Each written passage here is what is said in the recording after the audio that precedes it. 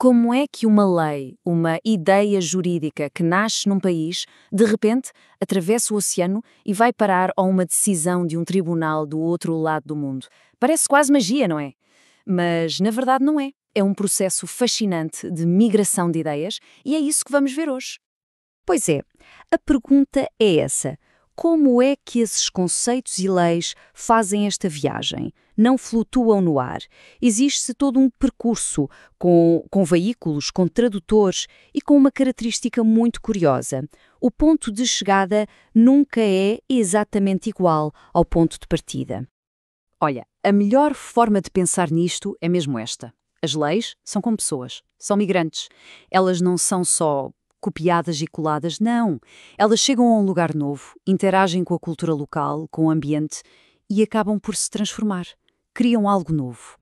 E este fenómeno, esta migração de ideias, é tão importante que existe toda uma área de estudo dedicada a isso. Chama-se comparatismo jurídico. E atenção, isto não é só colecionar leis de outros países como se fossem selos, não. É um estudo muito mais profundo. É tentar perceber o contexto, a mentalidade, o saber fazer por trás da lei em cada comunidade. E para entender isso, temos de falar de um conceito fundamental, a cultura jurídica. Pensem nisto como a atmosfera, o ar que um advogado ou um juiz respira no seu dia-a-dia. É um conjunto de crenças, de formas de pensar que molda completamente a maneira como a lei é vista e aplicada. E é exatamente por isso que pegar numa lei e simplesmente copiá-la para outro país quase nunca funciona. Historicamente, este fluxo de ideias não era equilibrado. Existiam as chamadas culturas emissoras, pensem na Europa do século XIX, vista como o grande centro da inovação jurídica, e por outro lado, as culturas receptoras, como as nações que estavam a nascer na Ibero-América, que olhavam para esses modelos europeus à procura de inspiração.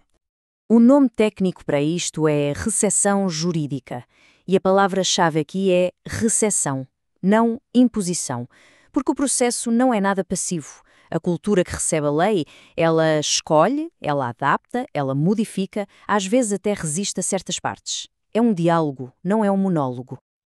Ok, mas como é que isto tudo acontece na prática, no mundo real? Para ver isso, vamos fazer uma viagem no tempo. Destino Argentina, século XIX. Um país a passar por uma transformação jurídica gigante. É o exemplo perfeito. Então, qual era o cenário? A Argentina estava a formar-se como nação e, claro, precisava de leis unificadas. Um novo Código Civil, enorme e super completo, estava a ser escrito. Mas ter um livro com as leis não chega.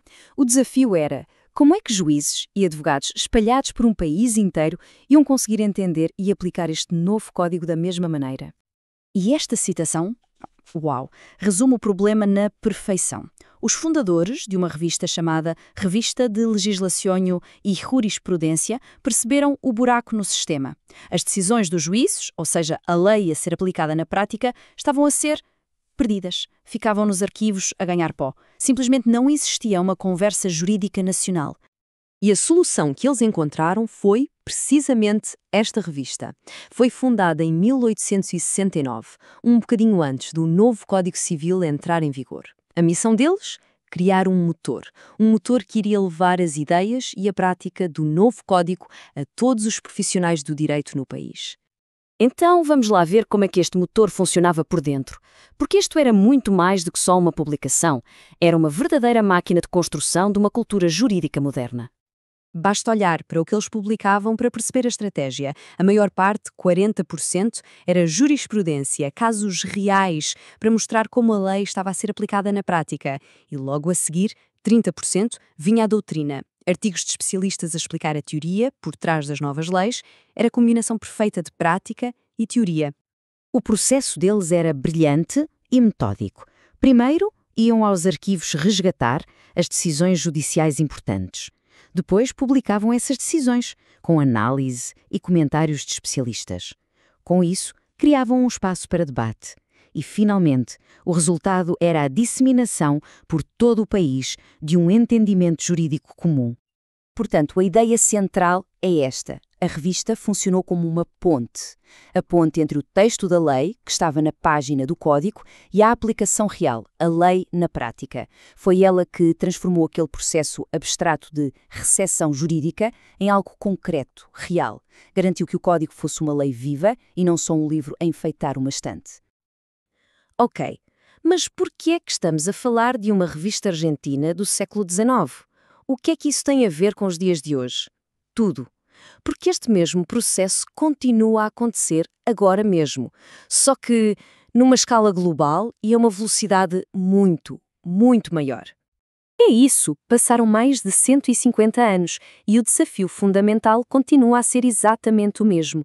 Como é que uma comunidade jurídica pode importar e adaptar ideias de fora de uma forma inteligente e que funcione no seu próprio contexto? A grande diferença hoje, claro, é a velocidade e a escala. Vivemos num mundo hiperconectado. As ideias jurídicas agora viajam quase à velocidade da luz. O processo de recepção não acabou, pelo contrário, ele foi turbinado pela tecnologia. E os veículos dessa viagem também mudaram, claro. As revistas de hoje são outras. São as decisões de tribunais internacionais que são citadas em todo o lado.